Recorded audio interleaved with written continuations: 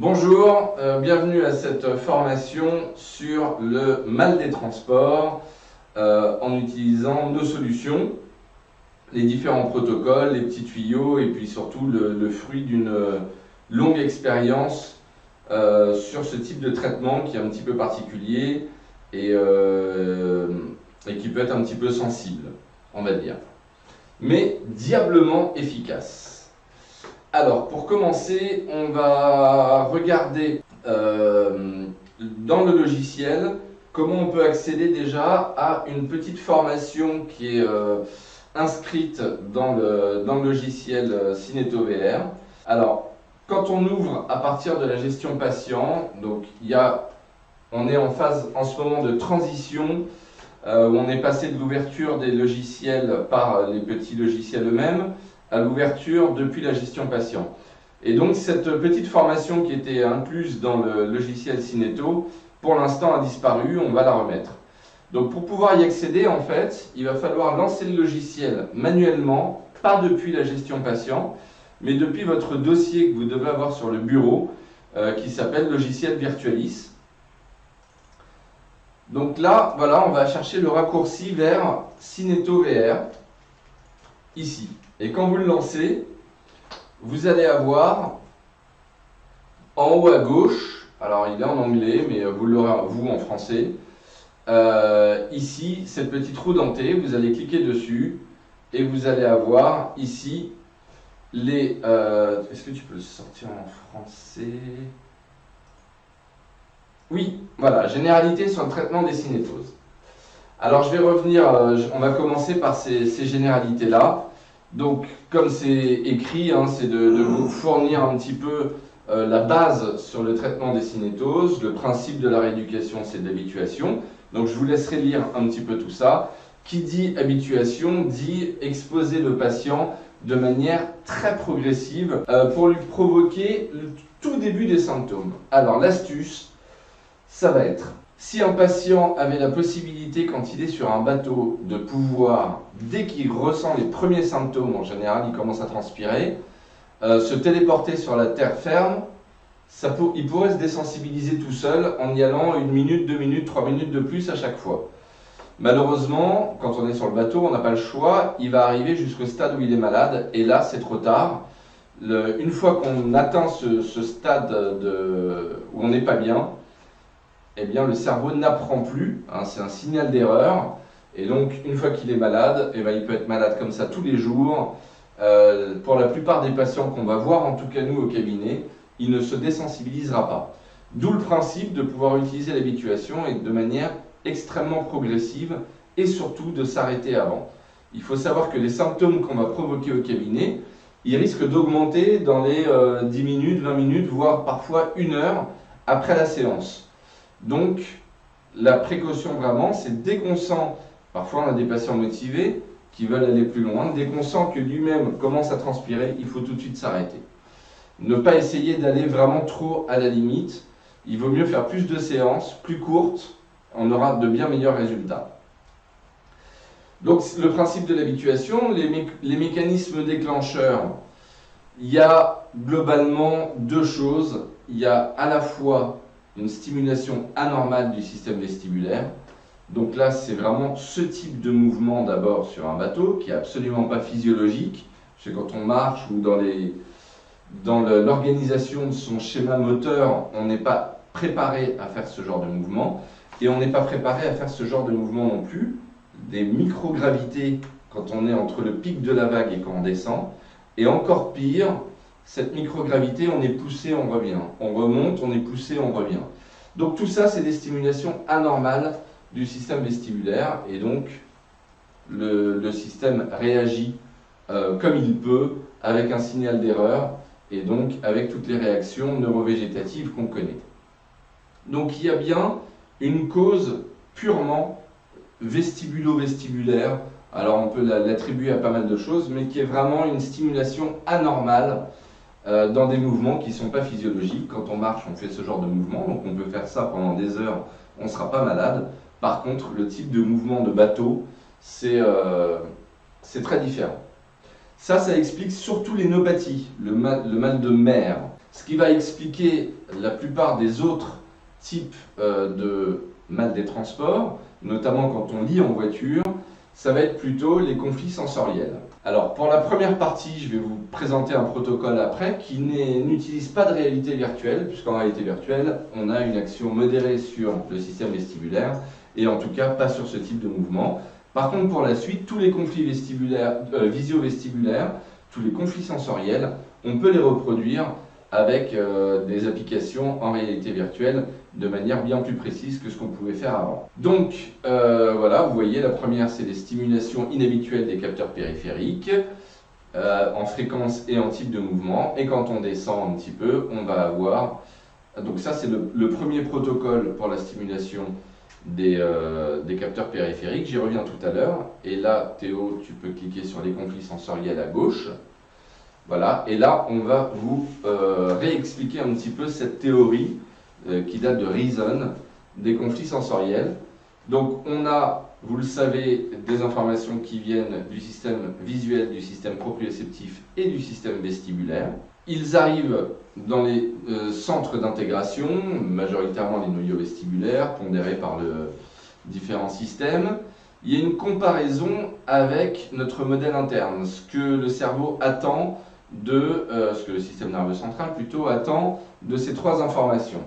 Est-ce qu'elles sont corrélées avec notre modèle interne, et surtout est-ce qu'elles sont corrélées entre elles? Si oui, 1 égale 2, tout va bien, on va bien et on peut faire des activités nautiques avec le sourire. Si par contre il y a un conflit soit entre visuel vestibulaire, visuel proprioceptif, proprioceptif vestibulaire et avec le modèle interne, à ce moment-là, il y a une discordance et c'est là qu'on va avoir, ça va provoquer une synétose. Alors normalement, on a une boucle de mise à jour, cette flèche qui remonte entre le carré 1 différent de 2 et le modèle interne, qui est censé mettre à jour le modèle interne pour que, une nouvelle fois, quand on connaît ce type de conflit, on soit désensibilisé. C'est ce qui arrive chez la plupart des personnes qui font une croisière ou un séjour en bateau un petit peu long, ce qu'on appelle l'amarinage, c'est-à-dire que pendant le premier, deuxième jour, on peut être malade et ensuite on va s'adapter. C'est le système entre guillemets normal. Il y a des gens chez qui cette boucle fonctionne mal et la mise à jour du système ne se fait pas. Et donc, ils peuvent prendre le bateau tous les jours, pendant toute leur vie, ils seront toujours malades, au moins pendant quelques jours. Il y a des marins professionnels connus, l'exemple le plus typique c'est Lord Nelson, amiral de la marine anglaise, qui a été malade toute sa vie en bateau. Donc, on va revenir sur les grandes catégories de conflits sensoriels. Il y a le conflit visio-vestibulaire, c'est le plus classique, mais aussi entre les canaux semi-circulaires, le système autolytique. Dans chaque catégorie, il y a deux types de conflits. Donc le type 1, les deux systèmes sensoriels envoient en continu des informations contradictoires ou non corrélées. Donc le système visuel, on va prendre plutôt le système visio-vestibulaire, c'est le plus classique. Le système visuel envoie une information en continu et le système vestibulaire envoie une autre information qui n'est pas corrélée, en continu aussi. Et le type 2, le plus classique, c'est un des systèmes qui envoie une information et l'autre n'en envoie pas, dans un sens ou dans l'autre. Donc voilà un petit tableau récapitulatif en dessous. Donc on a A et B qui donnent des informations contradictoires simultanées. Donc si on prend le conflit visio-vestibulaire, on regarde un jeu vidéo en voiture, donc on a une notion de mouvement au niveau de l'entrée visuelle, mais on ne voit pas la route. Donc le système vestibulaire qui lui subit les accélérations de la route envoie une information qui n'est pas corrélée avec ce qu'on regarde. Des mouvements de tête avec des jumelles, un prisme, quelque chose qui va déformer l'entrée visuelle par rapport à l'entrée vestibulaire. Bon, c'est pas le plus commun celui-là bien sûr. On a ensuite le système visuel qui envoie des informations en l'absence d'informations du système vestibulaire. Ça, c'est assez classique, c'est ce qu'on subit quand on fait de l'optocinétique. On a une information visuelle de mouvement et on est statique, donc on n'a pas d'information vestibulaire. Donc les deux ne sont pas corrélés, l'un envoie une information, l'autre pas. Et surtout, celui qui est le plus responsable du mal des transports, c'est le 2B. Les signaux vestibulaires sont reçus et les signaux visuels sont absents. Là, c'est quand on lit en voiture, ou ce qui explique qu'on peut être plus ou moins bien quand on est sur le pont d'un bateau. Par contre, dès qu'on descend dans la cale, c'est tout de suite bien pire. Alors pourquoi? Parce que la vision ne voit pas de mouvement. Les murs dans le bateau bougent en même temps que nous, donc on ne voit pas de mouvement. Quand on lit en voiture, on ne voit pas de mouvement, donc on n'a pas d'information visuelle de mouvement. Et par contre, on a une information vestibulaire en voiture avec les virages des accélérations. Et en bateau, encore pire, avec une stimulation anormale. J'insiste sur le fait qu'en train, on entend parfois qu'en train, on a un système vestibulaire qui est plutôt silencieux parce qu'on a une vitesse constante. La vitesse constante pour le système vestibulaire, vous le savez, le système vestibulaire, il réagit à des micro-mouvements. Donc le côté, il n'y a pas d'information vestibulaire à vitesse constante, ça n'est vrai que sur un fauteuil de laboratoire qui est rigoureux, avec la tête fixée, qui tourne à une vitesse totalement, rigoureusement maîtrisée. En train, il y a des accélérations, il y a des virages, il y a des inclinaisons, il y a des forces centrifuges, il y a le système autolytique, il y a le système vestibulaire, en permanence. Il ne s'arrête jamais dans le train, bien sûr, parce que la vitesse n'est jamais rigoureusement constante sur une ligne parfaitement droite, sans montée-descente. Donc on a toujours une information vestibulaire dans le train. Donc quand on lit en train, on va avoir la même chose. Quand on ferme le rideau, on ne voit pas de mouvement, et par contre, on a une information vestibulaire. Pourquoi on supporte mieux le train que la voiture? Évidemment, c'est parce que l'information vestibulaire est moins présente en termes de virage, d'accélération, freinage, etc., que sur la route. Et puis, on a aussi ce type de conflit entre les canaux semi-circulaires et le système autolytique. Donc, A et B qui donnent des informations contradictoires simultanées. Ce sont, par exemple, les accélérations de Coriolis, on va en reparler tout à l'heure, les mouvements de tête quand on tourne, par exemple. Et puis, on a tout ce qui est hyper-hypogravité, les oscillations linéaires, etc. Les conflits canaux semi-circulaires, système autolytique, les autres, l'un qui envoie un signal et pas l'autre, je vais passer rapidement parce que ce n'est pas des choses qu'on rencontre. C'est le mal de l'espace, par exemple, les vertiges barotraumatiques, les épreuves caloriques aussi. On a une information des canaux semi-circulaires en l'absence d'informations autolytiques. Les rotations d'axes inclinés par rapport à la gravité, donc c'est des conditions vraiment de laboratoire. On va revenir tout d'abord sur le protocole Coriolis. Donc Théo, tu peux remonter sur les généralités sur le traitement des cinétoses. Alors la première chose, quand on veut traiter vraiment spécifiquement le mal de mer, ou alors quelqu'un qui est très sensible au moindre mouvement, même en voiture, en regardant droit la route, au deuxième virage qui est malade. Mais c'est plutôt axé mal de mer, et c'est ce qui me semble totalement obligatoire à faire dans tout cas de mal de mer. C'est une désensibilisation purement vestibulaire de l'appareil vestibulaire. Alors comment on va faire ça sans masque de réalité virtuelle? C'est les yeux fermés de toute façon. J'ai repris en fait un protocole, vous avez la référence ici si vous allez lire la publication, elle est en italien et en anglais. Donc c'est l'armée de l'air italienne qui a fait un protocole de désensibilisation avec des résultats qui sont assez éloquents, on va dire.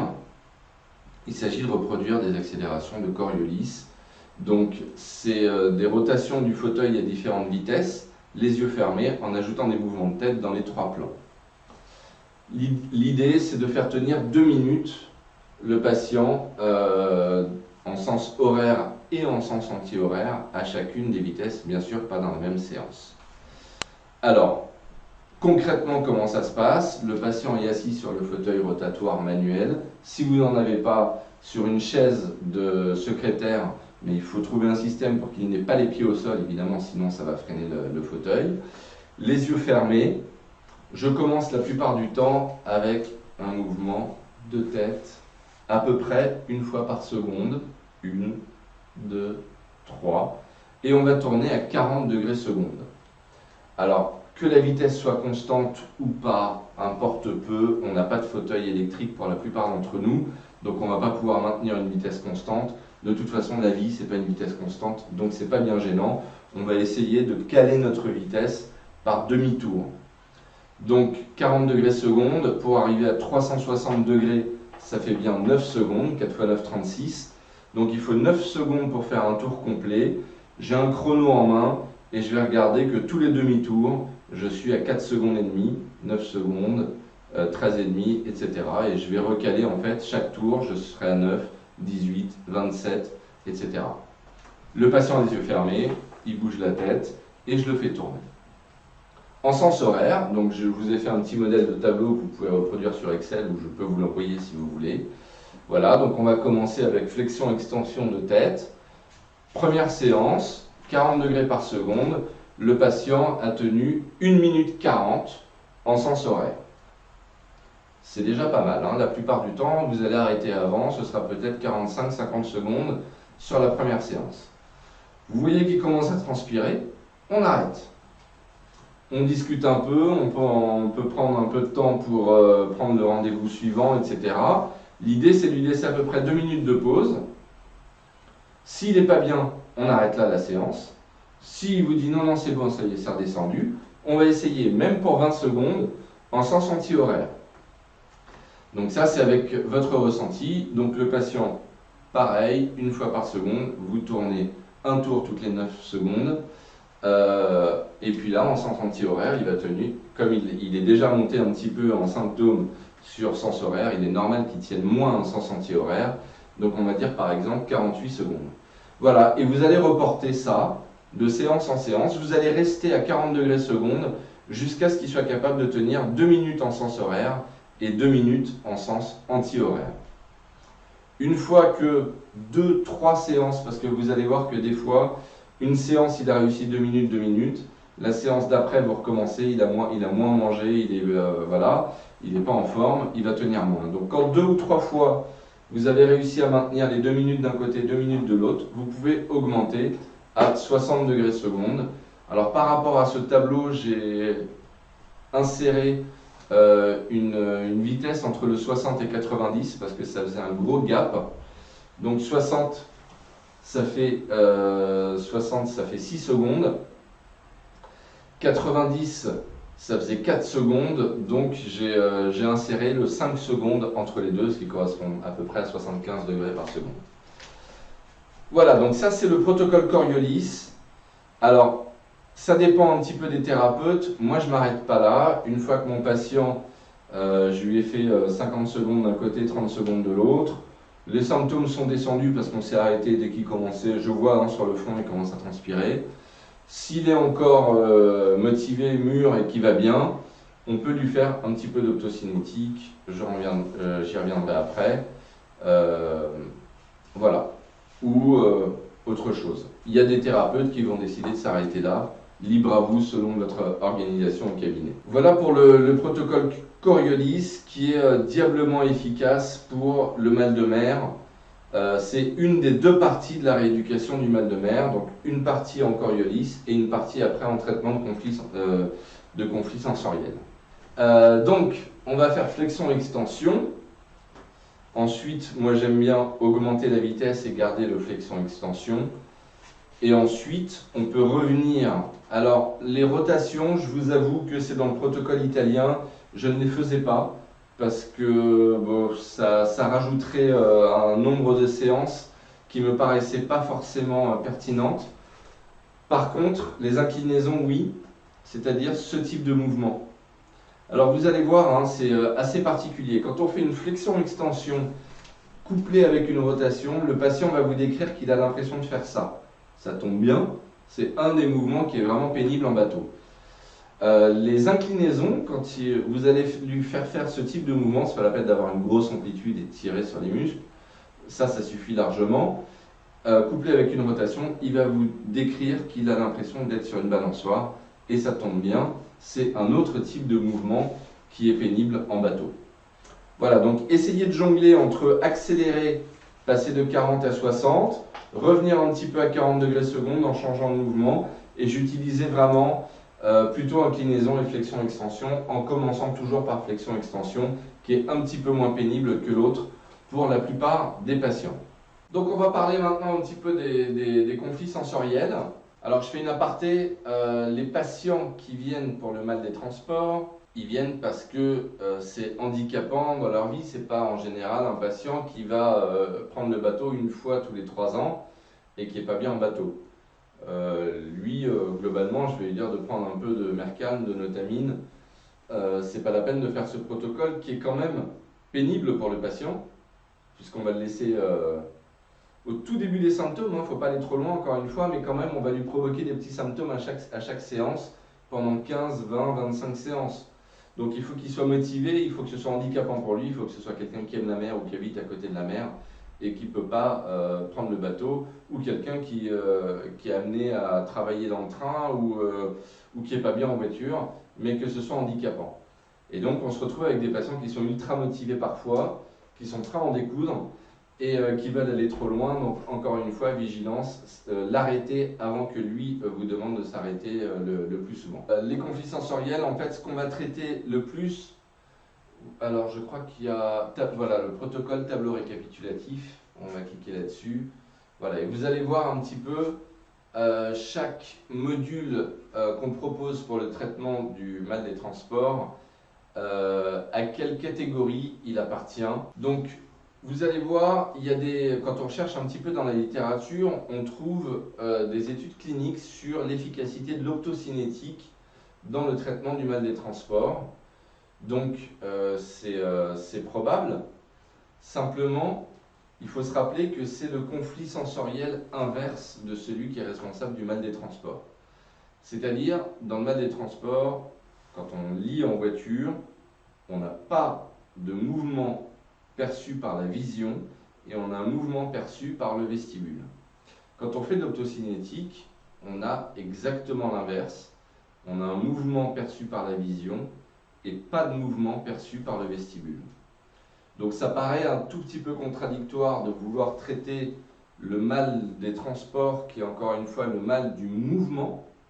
Donc ça paraît quand même pertinent de traiter son patient en mouvement plutôt que de le traiter de manière statique, et surtout de créer un conflit inverse. Alors vous allez voir qu'on le fait aussi avec la simulation maritime et la simulation automobile, pour la simple raison que la perception du mouvement est bien plus forte en réalité virtuelle que dans une pièce noire, ou même avec le masque de réalité virtuelle et de l'optocinétique.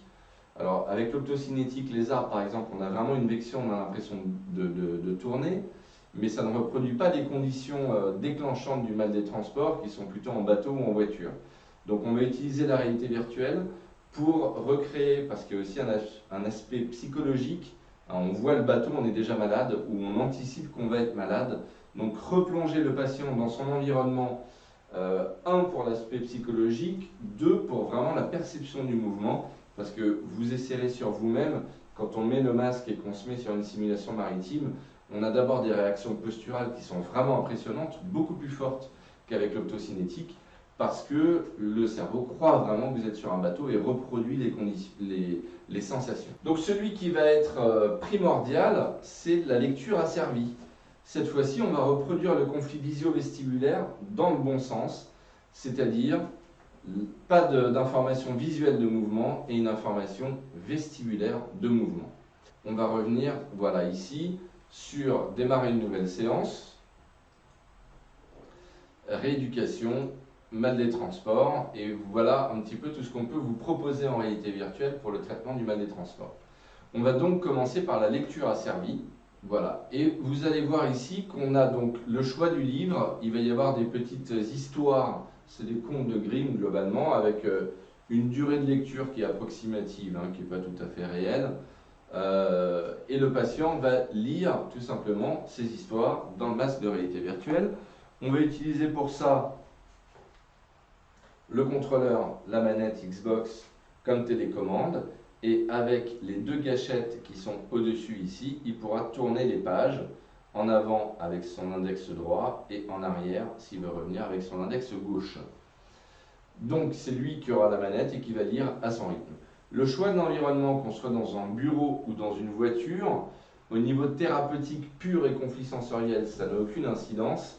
C'est juste que j'aime bien commencer dans le bureau et ensuite le mettre dans la voiture, encore une fois pour l'aspect psychologique, et le remettre dans les conditions, c'est-à-dire qu'il lit en voiture, donc on va le remettre à lire en voiture. Donc tu peux laisser en voiture, on va vous montrer en pratique comment ça se passe. Alors en pratique, le patient, encore une fois, doit être assis sur votre fauteuil rotatoire manuel ou sur une chaise de secrétaire avec les pieds, enfin une chaise qui tourne, hein, peu importe, une chaise de bureau, avec les pieds qui ne touchent pas le sol. Et vous allez donc lui induire des stimulations vestibulaires passives. C'est-à-dire que vous allez prendre la poignée de votre fauteuil rotatoire et vous allez le bercer donc sur des demi-tours de fauteuil à des vitesses différentes, des petits, des grands, des plus amples, des plus rapides, des plus lents. Vous allez ainsi lui procurer une stimulation vestibulaire passive, comme ce qu'il se passe quand on est en voiture avec des virages qui sont donc passifs, puisque le conducteur ne ressent le mal des transports que très rarement et dans des conditions particulières. Il est capable d'anticiper le mouvement et d'anticiper les virages. Alors que vous, en passager, d'autant plus si vous lisez, c'est vraiment une stimulation vestibulaire passive. Donc on va mettre le masque à notre patient. Aujourd'hui notre patient c'est Laurent, que voici. Donc vous allez mettre le masque à votre patient. Hop. Voilà, le patient est assis sur un fauteuil rotatoire qu'on va imaginer ici, je vais le faire tourner par les épaules. Et il a la manette dans les mains, ici. Il va tourner des pages avec ses index, voilà, et il va bouquiner. Et vous voyez à l'écran que quand il tourne sa tête, il n'y a pas de mouvement. Donc en fait, l'image suit exactement ses mouvements de tête. Donc, si on le fait tourner comme ça par quart de tour, demi-tour, accélération, on va bien avoir une information vestibulaire présente et une information visuelle absente, puisqu'il n'a absolument aucun feedback visuel du mouvement qu'il est en train de faire. Donc voilà, on va lui dire tout simplement, vous lisez votre histoire, et moi pendant ce temps-là, je vais sur le fauteuil rotatoire lui faire des petites, des grosses, des moyennes, accélération. Ça, c'est extrêmement efficace pour le mal des transports en voiture quand on ne peut pas regarder, quand on ne peut pas voir la route.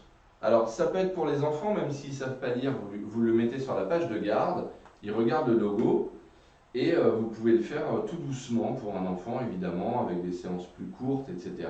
Comme il n'y a pas de mouvement, il n'y a pas vraiment de mouvement de vision 3D, il n'y a aucun souci pour pouvoir faire ça, même à des jeunes enfants, de manière vraiment douce, parce qu'il y a aussi beaucoup un aspect psychologique chez les enfants. En général, en quelques séances, si l'enfant, vous lui dites qu'il va aller mieux, eh bien, il ira mieux beaucoup plus facilement.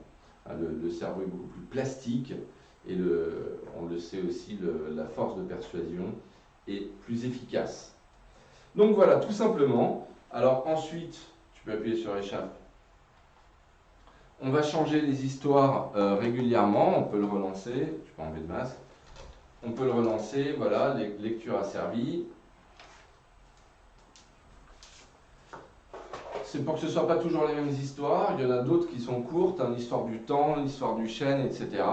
Vous allez peut-être faire 15, 20, 25, 30 séances parfois pour des cas vraiment difficiles. Donc, s'ils lisaient la même histoire à chaque fois, ce sera un petit peu pénible. C'est une des raisons principales pour lesquelles on a ajouté des différentes histoires. Voilà, vous pouvez faire varier aussi dans le bureau ou en voiture l'environnement.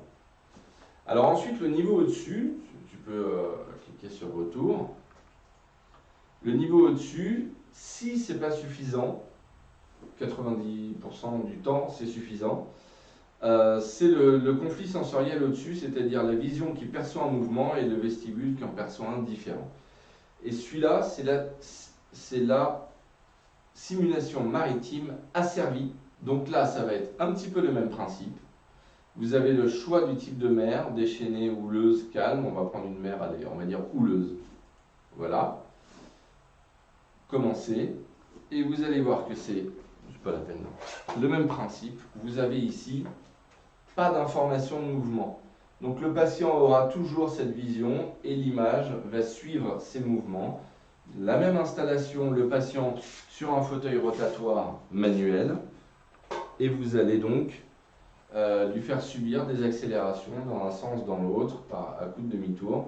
Information vestibulaire présente, information visuelle de mouvement présente, mais les deux sont décorrélés. Et vous reviendrez au petit tableau explicatif, vous verrez que c'est un autre type de conflit sensoriel. On va continuer, et là, on va remettre le patient en condition avec le même conflit sensoriel que l'optocinétique, mais avec une stimulation qui est bien plus puissante et qui est dans l'environnement provoquant. Donc on va cliquer sur simulation maritime. Voilà, on a la fréquence, l'espace-temps entre deux pics de vagues. Donc c'est bien connu, on peut être malade sur une mer qui est assez calme et mieux supporter une mer plus houleuse. L'élément prédominant, c'est plus la fréquence que la hauteur des vagues. Et c'est le cas quand on arrête le bateau et que le bateau est à l'ancre et subit ce type de mouvement. Donc on le sait par différentes études, la fréquence la plus provocante, c'est entre 0,2 et 0,3 Hz. Alors ici, c'est pour reproduire un petit peu les situations. Donc, pour commencer les premières séances, on va le mettre bien sûr au minimum. Et ensuite, on va augmenter progressivement. On va vous montrer ce que ça peut donner sur du 0,2 Hz, par exemple. Donc là, ce sera vraiment 0,7 en amplitude. On va être sur vraiment la fin de la rééducation. Alors, si on cherche à désensibiliser pour le mal des transports, je conseille de faire ça assis. Hein, que le patient soit assis, il tiendra mieux et il tiendra plus longtemps. Et vous allez voir pourquoi. Il y a le son sur ces stimulations. Alors, sur le son de... D'accord, très bien. Et avec le contrôleur ici, et avec notamment celui-ci, je vais piloter le bateau. Donc je vais d'abord recentrer, et ensuite, voilà, là je vais affronter les vagues de face. Vous voyez les mouvements que Laurent, qui est apathologique, hein, totalement, c'est un très bon marin. J'ai des preuves en photo du week-end dernier. Et pourtant, il a vraiment des réactions physiologiques, des réactions posturales, pardon, qui sont impressionnantes. Là, voilà. Donc je peux tourner le bateau et puis faire en sorte, c'est plus pénible, qu'on prenne les vagues de côté. Et vous voyez les réactions posturales comme s'il était vraiment sur le bateau. Il y a le son, il manque vraiment que l'odeur. Donc si vous voulez la reproduire, vous pouvez mettre un ventilateur avec une huître devant. Ça devrait fonctionner et donner vraiment toutes les sensations du bateau. Voilà, donc là j'affronte les vagues de face, je peux relâcher et là le bateau va tanguer au type de fréquence le plus pénible pour le patient.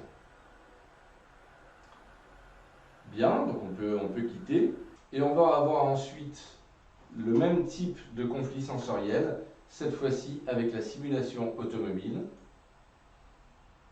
Donc là, idéalement aussi, le patient va être assis. Alors, je conseille fortement d'abord de demander au patient de conduire la voiture lui-même. Donc avec le volant, le modèle que vous avez en dessous, le T150, idéalement. Donc on ne peut pas conduire avec la manette, il faut absolument un volant pour pouvoir conduire. Donc conduite, on va mettre active pour pouvoir faire en sorte que le patient conduise. Pourquoi? Parce qu'il va d'abord pouvoir se familiariser avec le parcours, le circuit, et anticiper un petit peu. Il est en conduite active, comme un conducteur, bien sûr, sauf qu'il y a un conflit sensoriel puisqu'il ne bouge pas réellement, il n'y a pas de voiture. Donc ça va lui permettre de commencer un petit peu plus doucement et ensuite on pourra le mettre en passager. La couverture nuageuse, c'est pour varier un petit peu selon les séances. Hein. Vous avez différents choix possibles. Au niveau thérapeutique, c'est vraiment purement graphique. Hein, la différence, ça ne changera pas grand-chose. On va le laisser ensoleiller. La position passager avant, c'est uniquement quand on est en conduite passive, bien sûr, quand on est passager. Et l'horaire de jour, de nuit, etc., c'est pour varier aussi un petit peu les plaisirs. La vitesse d'animation, c'est quand on est en conduite passive. On va le faire tout de suite, donc tu vas remettre en conduite passive, puisque là on n'a pas de volant, on ne peut pas conduire. Voilà, je vous conseille le passager avant, hein, ça ne change pas grand chose, mais il faut qu'on puisse voir la route, puisque c'est une stimulation essentiellement visuelle. et la vitesse par contre changera. Donc il y a un corps 3D que vous voyez derrière Laurent, ici, là. Si tu peux te décaler un tout par l'autre côté, pardon. Voilà. Mâle ou femelle, ça va être pour le conducteur, donc c'est surtout valable quand on est en conduite active de mettre un homme, parce qu'on a vraiment l'impression que c'est soi-même qui conduit. Allez, on va commencer. Donc c'est le premier trajet, il y a 3 circuits qui sont progressifs, de plus en plus provocants. Ici c'est plutôt en ligne droite, donc là tu peux tourner ta tête et voir un petit peu ici. Donc on a madame qui conduit, il y a des enfants qui jouent à l'arrière. Non, je plaisante, il n'y a personne à l'arrière, mais on a vraiment la sensation d'être dans la voiture. Voilà, donc on va agir, c'est le petit curseur qui est ici sur la vitesse. Donc si on ralentit, ce sera plus tranquille. Si on accélère, ce sera plus pénible. Et vous verrez que le patient a même tendance à s'incliner un petit peu dans les virages, comme on ferait pour compenser la force centrifuge dans une vraie voiture. Voilà, donc c'est plutôt en ligne droite, il y a quelques longues courbes, et ensuite on arrive sur un rond-point, et le rond-point en général n'est pas très bien supporté, et on peut continuer comme ça en boucle pendant un moment. Voilà, ensuite on va pouvoir sortir et vous présenter un autre simulation automobile, un autre parcours, le parcours 2, le 3 c'est le pire bien sûr, c'est vraiment la route de montagne. Le médium déjà il est pas mal, voilà, tu peux commencer directement. Il est déjà assez provocant. Il monte un peu, il descend un peu et il y a quand même un certain nombre de virages qui peuvent être rapidement assez pénibles. Vous voyez que le sujet a tendance à se pencher dans les virages pour compenser. Donc c'est là où on a une action qui est plus importante que l'optocinétique, c'est vraiment d'abord ce flux visuel linéaire et puis qui reproduit vraiment les conditions d'être en voiture et on a quasiment les sensations physiques qu'on aurait en voiture. Donc c'est beaucoup plus efficace qu'une simple stimulation optocinétique pour recréer ce conflit visio-vestibulaire en sens inverse. Donc on a présenté maintenant tous les modules. On va parler protocole, progression, durée de séance. Donc tu peux revenir sur démarrer une nouvelle séance, voilà, ma des transports. Alors comme je le disais, pour la mère, idéalement, je vais commencer par Coriolis, systématique, et ensuite, si le patient peut encore le supporter, on va aborder les conflits sensoriels de manière très douce, avec, si tu peux le lancer, rééducation, équilibre, l'optocinétique, protocole, en niveau 0 ou niveau 1. Donc, tu peux le lancer, on va avoir les arbres qui tournent, c'est très doux, ça ne provoque pas de réaction neurovégétative en général. Donc même si le patient est un petit peu ça va mais bof, si on veut aller un petit peu plus loin, voilà, et on va mettre une vitesse de rotation plutôt donc niveau 0, plutôt entre 4 et 6. Voilà. Et on va tenter, même si c'est une minute, ça va déjà quand même un petit peu l'initier au conflit sensoriel entre la vision et le vestibule. Donc mes premières séances type pour le mal de mer seront Coriolis et si possible, c'est parce que le masque, voilà, le masque n'est pas en zone traquée. Donc tu peux sortir. Première séance pour le mal de mer, Coriolis systématique et si possible, plus ou moins, un petit peu d'optocinétique avec le protocole niveau 0, voire niveau 1, pas au-delà. En progression, donc on va pouvoir aller un petit peu plus loin en Coriolis et à chaque fois on va voir l'état de notre patient après notre protocole Coriolis. S'il a bien supporté et qu'il est motivé, on va pouvoir continuer un petit peu d'optocinétique en amenant, en augmentant en fait le niveau 2, niveau 3, niveau 4. Niveau 4, c'est les étoiles en verticale, toujours en étant très attentif aux réactions du patient et avec en tête que quand on va arrêter la séance, les symptômes vont continuer à augmenter. Donc il faut vraiment s'arrêter avant. On peut, selon la fréquence des séances, s'il vient une fois, 2 fois, 3 fois par semaine, on peut alterner un petit peu, laisser une fois de temps en temps tomber Coriolis pour attaquer directement sur la simulation maritime par exemple. La simulation maritime en général on ne fera que ça pendant la séance. Donc en commençant avec bien sûr une fréquence très basse et une amplitude des vagues très basse. Peu de mouvements, on essaye d'aller tout droit et d'aller plutôt vers les vagues, c'est un petit peu moins provoquant. Voire même laisser la manette dans les mains du patient et c'est lui qui va piloter son bateau. On le sait, c'est moins provoquant quand on est à la barre d'un bateau en conditions réelles. Voilà pour le mal de mer, le protocole Coriolis, un petit peu d'optocinétique si possible, protocole Coriolis, et ensuite, progressivement, on va amener la simulation maritime.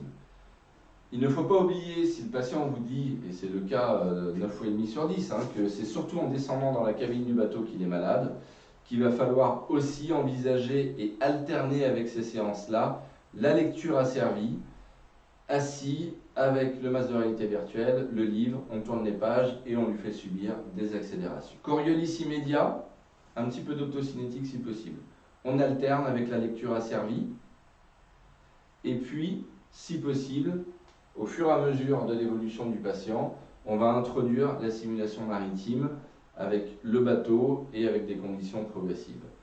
C'est en général le mal de mer, ça prend un petit peu de temps parce que on a des patients qui sont très sensibles, donc il faut en général compter, sauf exception, un minimum de 15 séances et en général on va jusqu'à une trentaine de séances pour les cas les plus récalcitrants. Voilà pour le mal de mer. Maintenant, pour les personnes qui ne sont pas bien en voiture, Coriolis ne va pas être forcément utile. Il va falloir aller directement sur la lecture asservie et introduire progressivement la simulation automobile du module mal des transports. Il faut bien différencier ce que vous voyez quand on est dans rééducation équilibre ici, si tu peux remettre rééducation équilibre, on a la simulation d'autoroute ici à droite.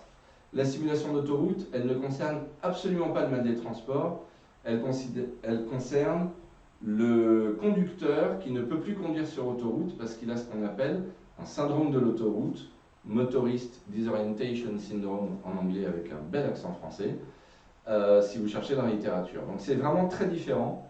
Il faut rester dans le module mal des transports si vous voulez traiter votre patient qui a le mal des transports avec la simulation automobile. D'abord il va conduire et ensuite progressivement passager. Donc protocole patient qui n'est pas bien quand il lit en voiture ou quand il ne voit pas la route, lecture asservie plus, et on alterne avec la simulation automobile. Si c'est trop puissant pour le patient au début, la simulation automobile, même en conduisant, de la même manière que je vous l'ai dit pour le mal de mer, on commence avec l'optocinétique tout doucement, les arbres, avec le protocole en niveau 0. Pour des cas vraiment très sensibles ou des enfants, on peut commencer avec un petit fauteuil baguette en fixant une baguette ou un crayon, peu importe, pour travailler un petit peu sur des stimulations vestibulaires, le défilement, pour commencer vraiment tout en douceur. Moi, je considère ça un petit peu comme une introduction et plutôt mettre le patient en condition. C'est pas tout à fait placebo à mon sens, ça n'engage que moi, mais un petit peu c'est pour le mettre en condition des rotations. Après parfois on a vraiment des patients qui deux demi-tours sont pas bien du tout, donc il faudra y penser et commencer un petit peu avec ça. Voilà, j'espère avoir été clair. Donc mal de mer, j'y reviens, Coriolis, un petit peu d'opto, puis on alterne avec la lecture asservie pour le patient qui descend dans la cale, et on introduit progressivement la simulation maritime. Mal de voiture, lecture asservie beaucoup, et on va alterner avec soit un petit peu d'optocinétique au début, et rapidement on va le mettre en simulation automobile. La simulation maritime asservie, c'est l'étape au-dessus de la lecture asservie. Si vous voyez qu'il supporte très bien la lecture asservie au bout d'un moment et qu'il a encore des symptômes dans les transports, on va lui proposer la simulation maritime asservie. Ce n'est pas systématique, c'est plutôt le niveau supérieur. L'ascenseur, il ne concerne pas vraiment le mal des transports, mais plutôt la peur du vide, le vertige des hauteurs. Voilà. J'espère que ça va pouvoir vous servir. N'hésitez pas, même par mail, à poser des questions si vous avez des patients un petit peu particuliers ou qui ne réagissent pas bien à ce type de traitement. On peut tout à fait commencer aussi par un petit peu d'optocinétique, toujours tout doux, et du flux optique aussi, il ne faut pas l'oublier, toujours avec des protocoles adaptés et une progression très lente, commencer très doucement et aller un petit peu en avant. On peut combiner tout cela avec aussi une plateforme dynamique si vous en avez une.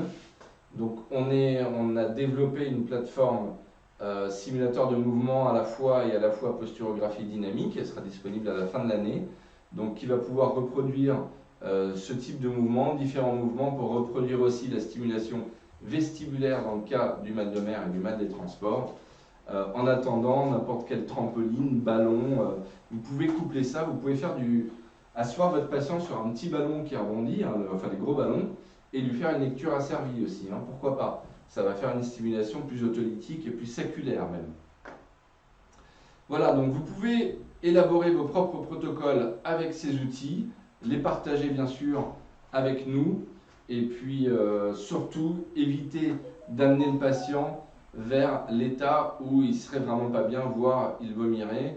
Dans mon expérience, j'ai utilisé peut-être 6 ans, je crois, la réalité virtuelle pour traiter le mal des transports. Une seule fois, un patient a vomi, c'était pour moi un échec. Il m'en a pas voulu, il est revenu, il a été très très bien traité par la suite. Il m'a avoué qu'il ne m'avait pas dit qu'il allait pas bien parce qu'il voulait aller plus loin. Ça aurait été à moi de le voir. Donc, observez le front des patients. En général, ils commencent à transpirer et là, il faut s'arrêter. Voilà, bon traitement à vous, enfin à vos patients plutôt. Et n'hésitez pas à revenir vers moi si vous avez des questions un petit peu plus particulières. Merci et à bientôt pour d'autres vidéos de formation sur l'utilisation de la réalité virtuelle dans vos traitements.